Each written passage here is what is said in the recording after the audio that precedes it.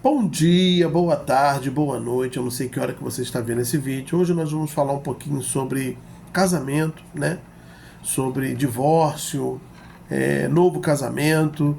E nós vamos ler dois textos aqui que está em Romanos 7 e em 1 Coríntios capítulo 7. Vamos ler? Não sabeis vós, irmãos, que a lei tem domínio sobre o homem por todo o tempo que ele vive? Porque a mulher que está sujeita ao marido enquanto ele viver, ela está-lhe ligada pela lei, mas morto o marido, está livre da lei do marido. De sorte, vivendo o marido, será chamada adúltera, se for de outro homem. Mas, morto o marido, livre está da lei, e assim não será adúltera se for de outro marido. Esse foi Romanos capítulo 7. Vamos ler agora 1 Coríntios capítulo 7. Todavia aos casados mando, não eu, olha o que Paulo fala, não ele, mas o Senhor, que a mulher não se aparte do marido. Se porém se apartar, que fique sem casar, ou que se reconcilie com o marido, e que o marido não deixe sua mulher. Então você vê que a Bíblia ela não tem contradição, sabe? Deixa eu tirar aqui. A Bíblia não tem contradição. A Bíblia é a palavra de Deus, e a palavra de Deus não tem contradição. Então, se um texto diz uma coisa, você pode pegar qualquer outro texto que ele vai corroborar com aquele que você já leu. Então, nós vimos no Romanos 7 e no 1 Coríntios 7 que fala praticamente a mesma coisa, que a mulher não deve deixar o seu marido, a não ser que ele morra. Se ele morreu, ela está livre para contrair um segundo matrimônio. E se contrair um segundo matrimônio com o marido vivo, ela é chamada de quê? Versículo 3 do capítulo 7 de Romanos. De sorte que vivendo o marido, será chamada adúltera, se for de outro homem. Mas, morto o marido, livre está da lei, assim não será adúltera se for de outro marido. Então, não existe essa história de você pegar e dizer assim, algumas pessoas, né? Pegar e dizer assim, não, isso não tem nada a ver, pode casar sim, Deus nos chamou para a gente ser feliz. Meu amigo, Deus nunca te chamou para você ser feliz. Deus te chamou para você ser transformado e a tua vida escondida com Deus. Entendeu? Deus não te chamou para ser feliz, não. Essa história de que, Deus me chamou para ser feliz. Deus não te chamou para ser feliz. Deus te chamou para você ter uma nova vida. Entendeu? E aí, se a tua felicidade vai contra a palavra de Deus, aí não tem nem conversa. Não dá nem para começar o assunto. Entendeu? E aí você, quando pega a palavra de Deus para entender por que os homens usam o Velho Testamento, eles usam porque não compreendem que quando Jesus veio, Jesus alterou a lei. Ele não aboliu a lei, que é o que muita gente se enrola. Jesus não aboliu a lei, ele alterou a lei, mudou a lei. Entendeu? Vamos ver se ele realmente mudou a lei. Será que podemos casar novamente? Será que podemos ter um segundo matrimônio se o nosso cônjuge ainda estiver vivo? Acho que não, hein? Vamos ver. Vamos lá. Mateus capítulo 5. Mudança de lei, né? Não cuideis que vim destruir a lei ou os profetas. Não vim destruir, mas cumprir. Porque em verdade vos digo que até que o céu e a terra passem, nem um jota ou um tio jamais passará da lei sem que tudo seja cumprido. Ou seja, a lei, quando ele fala que veio para cumprir, é porque a lei se cumpriu em Cristo. Entendeu? Ela foi cumprida em Cristo. Por quê? Porque a lei, ela aponta, o antigo aponta para o novo. Entendeu? Muita coisa do antigo ainda está em voga, mas nem tudo do antigo está em voga. Principalmente o lado matrimônio. Por quê? Porque naquele tempo, gente, se fazia muito casamento misto. Um homem podia ter várias mulheres. Davi teve várias mulheres. Salomão teve 900 mulheres. Meu Deus! Como é que esse cara aguentava 900 mulheres? Só Jesus na causa. Entendeu? Então, você vê que os homens naquele tempo, se ele tivesse condição financeira de sustentar duas mulheres, ele tinha duas mulheres. Se ele tivesse condições financeiras, fosse um cara de boa condição, e ele pudesse sustentar 4, 5, 10, ele tinha. Não é que nem hoje. Quando Jesus veio, ele mudou isso. Não pode mais o homem ter várias mulheres. Cada homem tem a sua própria mulher. E acabou. Então, não só Deus quer que você tenha só sua esposa, sua mulher, que você tenha só o seu marido, mas Ele quer que vocês tenham uma coisa só.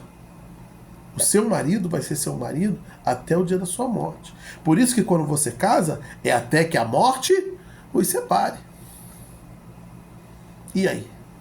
Então vamos lá, vamos continuar lendo o texto, né? Porque, em verdade, vos digo que até que o céu e a terra passem, nem um jota ou um tio jamais passará da lei, sem que tudo seja cumprido. Qualquer, pois, que violar um desses mandamentos, por menor que seja, assim ensinar os homens, será chamado menor no reino dos céus. Aquele, porém, que os cumprir e ensinar, será chamado grande no reino dos céus. Porque vos digo que a vossa justiça... Porque vos digo que se a vossa justiça não exceder a dos escribas e fariseus, de modo nenhum entrarei no reino do céu. E a gente vai passar agora para o versículo 27. Mateus 5, 27. Olha só. Ouviste o que foi dito pelo antigo? Quando Jesus fala isso, irmãos, ele fala, olha, os antigos disseram isso na lei, mas eu mudo e vou trazer um outro entendimento, uma outra interpretação, uma outra colocação dentro da lei, para que a lei agora não seja mais aquela lei antiga, mas a lei nova, do Novo Testamento. Então vamos lá? Ouviste o que foi dito aos antigos, não cometereis adultério. Lindo. Eu, porém, vos digo que qualquer que atentar numa mulher para a cobiçar, já em seu coração adulterou com ela. Portanto, se teu olho direito te escandalizar, arranca-o e atira para longe de ti, pois te é melhor que se perca um dos teus membros do que seja todo o teu corpo lançado no inferno. Também foi dito, versículo 31, também foi dito, qualquer que deixar sua mulher, lhe dê carta de divórcio. Ó, os antigos. Qualquer que deixar sua mulher, dê carta de divórcio. Aí Jesus vem, mudança de lei. Eu, porém, vos digo, qualquer que repudiar a sua mulher, a não ser por causa de fornicação ou relações sexuais ilícitas, faz que ela cometa adultério, e qualquer que casar com a repudiada comete adultério. Então, a pessoa se separou por incompatibilidade de gênero. O pessoal fala muito isso, né? Meu amigo, se você casar de novo, você está em adultério. E aí tem um problema muito sério, porque a Bíblia diz muito claramente que os adúlteros não herdarão o reino de Deus. Esse é o grande problema, gente. Os adúlteros não herdarão o reino de Deus. Isso é coisa muito séria. Então, se você se separou do seu marido, porque, eu me separei porque a gente não estava mais dando certo. Ele te traiu? Não. Você traiu ele? Não. Ele morreu? Não. Você morreu? Não. Se ninguém morreu e nem houve traição, você pode se separar do seu marido. Ninguém pode dizer que não. Mas tem um porém. Não pode casar com ninguém. Lembra o que nós lemos em 1 Coríntios 7? Todavia, aos casados, mando não Paulo, não eu, mas o Senhor. Quem está mandando é o Senhor. Que a mulher não se aparte do marido. Se, porém, se apartar, que fique sem casar. Ou que se reconcilie com o marido. E que o marido não deixe a mulher. Olha só. Então, você vê que a Bíblia fala. O problema é que quando alguém usa o Antigo Testamento, você vai encontrar base para tudo que você quiser falar. Porque o Antigo Testamento, principalmente relacionado a casamento, infelizmente era complicado. Você vê que lá no Mateus 19, você vai ver os fariseus batendo de frente com Jesus, falando, mas Moisés falou que era para a gente dar carta de divórcio para as nossas mulheres e repudiá-las. Então, Aí Jesus vira para ele e fala: mas isso aconteceu por causa da vossa dureza de coração. Aí vira a Bíblia e diz: eu, Senhor, vos darei um coração novo. Se você tem um coração novo, isso não pode estar dentro do teu coração. Separação não pode estar dentro do teu coração. Entendeu? Mas vamos entender a questão da lei? Jesus mudou a lei, tá? Mas como é que você prova, meu irmão? Né? Você perguntando para mim, como é que você prova, pastor, que Jesus mudou a lei? Aí vamos ler. Está escrito em Hebreus 7. Vamos lá? Porque mudando-se o sacerdócio, Hebreus 7, versículo 12. Porque mudando-se o sacerdócio, necessariamente se faz também mudança de lei. Hoje nós não estamos no sacerdócio levítico. Nós não existe mais esse negócio de levita na igreja, até porque o pessoal também cria esses negócios de maluquice aí, negócio de levita, não existe. Levita é quem era da tribo de Levi, gente. Entendeu? Então, na tribo de Levi era um sacerdócio da ordem de Arão. Arão foi o primeiro sumo sacerdote e tal, segundo a ordem levítica, dentro da lei feita por Moisés. Então, Jesus é sumo sacerdote não segundo a ordem levítica, mas segundo a ordem de Melquisedeque. Está aí no 7. Vamos ler? Versículo 13. Porque aquele de quem essas coisas se diz pertence a outra tribo, ou seja, Jesus não pertencia à tribo de Levi, e sim de Judá. Porque aquele de quem se diz essas coisas e se dizem pertence a outra tribo, da qual ninguém serviu ao altar. Visto ser manifesto que nosso Senhor procedeu de Judá, da tribo de Judá. E concernente a essa tribo, nunca Moisés falou em sacerdócio. Moisés nunca falou que viria sacerdote da tribo de Judá. Mas Jesus era da tribo de Judá. E aí? Olha só, esquece o levita. O levita acabou. Quando Jesus nasceu, quando Jesus assumiu o seu ministério, acabou a ordem segundo Arão. Entendeu?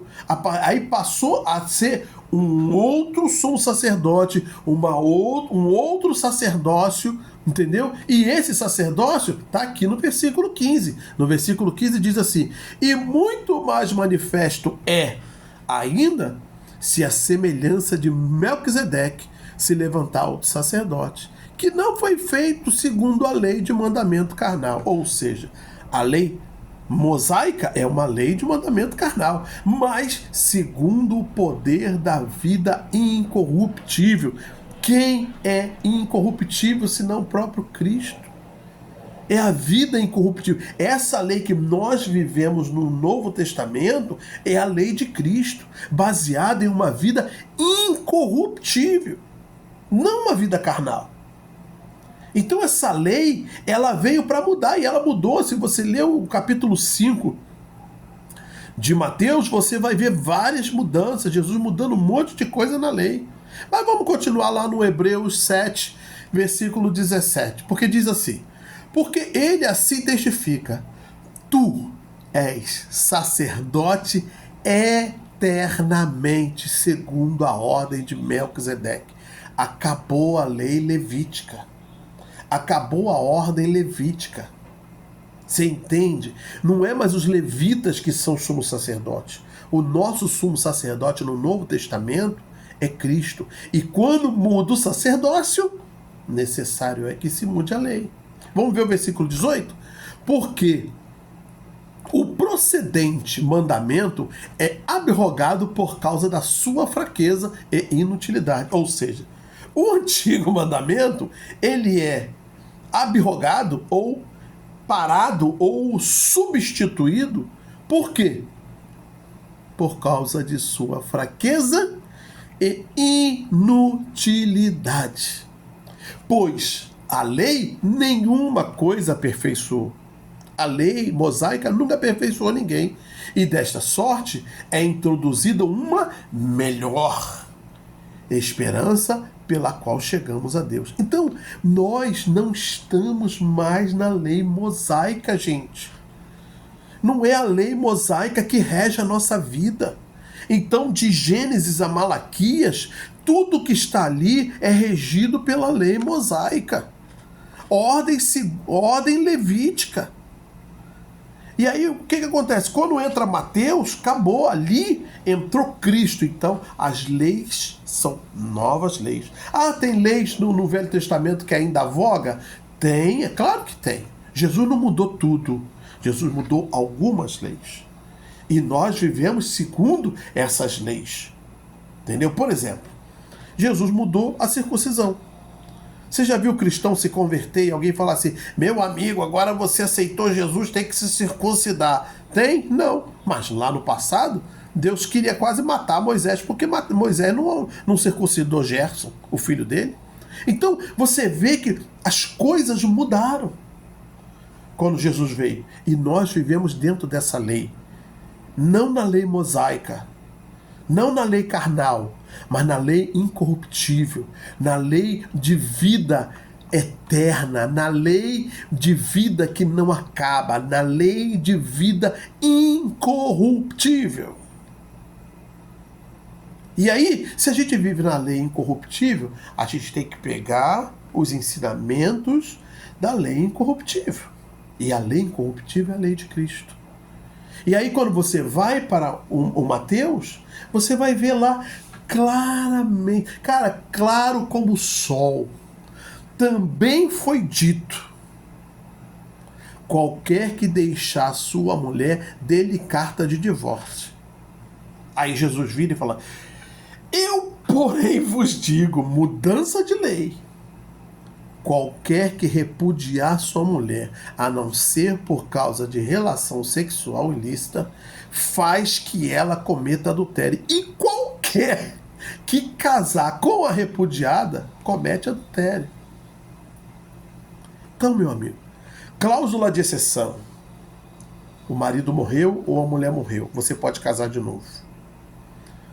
Você pegou sua esposa em adultério, você pode casar de novo. Separar dela e casar de novo. Você pegou seu marido em adultério, você pode separar dele e casar de novo. Fora isso, acabou, irmão. Qualquer um que casar por qualquer outra coisa. Ah, mas peraí, gente. Caramba, esse pastor é muito doido. A mulher apanhava pra caramba do marido. Aí eu vou perguntar pra você. Eu posso perguntar pra você. Quem escolheu o marido foi Cristo para ela? Para que ele tenha que mudar aquilo que ele diz para ela poder casar de novo? Não. Ela escolheu, ela sabia onde ela estava entrando e ela entrou sem buscar Deus, porque se ela tivesse orado a Deus, Deus teria falado: não casa com ele, porque ele não vai ser um bom homem para você. Mas a pessoa casa de qualquer maneira, do jeito que ela quer, porque ela está apaixonada, porque ela está amando, e aí quando dá errado, vira para a igreja, para os pastores, e os pastores querendo agradar, querendo amar mais do que Deus. Porque tem pastor que quer amar mais do que Deus. Deus diz que o negócio só vem até aqui. Ele quer amar mais do que Deus e quer estender aquilo que Deus já falou que não é. E aí, meu amigo, eu vou dizer uma coisa para você. Pode ser que o seu caminho seja um caminho de perdição, porque você está tirando aquilo que a palavra diz, exatamente como os escribas e fariseus fizeram. Pegavam a palavra, torciam a palavra e colocavam aquilo que eles queriam que fosse feito. E aí, perderam a sua salvação. Então, muito cuidado, meu irmão, muito cuidado, minha irmã, porque o negócio é muito sério. Você quer casar de novo? Volta para o seu marido, volta para sua esposa. Ah, mas ela já casou. Então, meu amigo, joelho no chão, jejum e oração. Acabou. Se você casar de novo, você está condenando a sua vida. Porque os adúlteros não herdarão o reino de Deus. Que Deus abençoe a sua vida e te dê muita graça e vitória para que você possa suportar, como eu, essa carga, porque essa carga é pesada. Mas eu tenho que avaliar se a minha salvação é importante para mim ou não. Se ela é importante, não tem dificuldade, eu vou caminhar minha vida sozinho sem problema nenhum.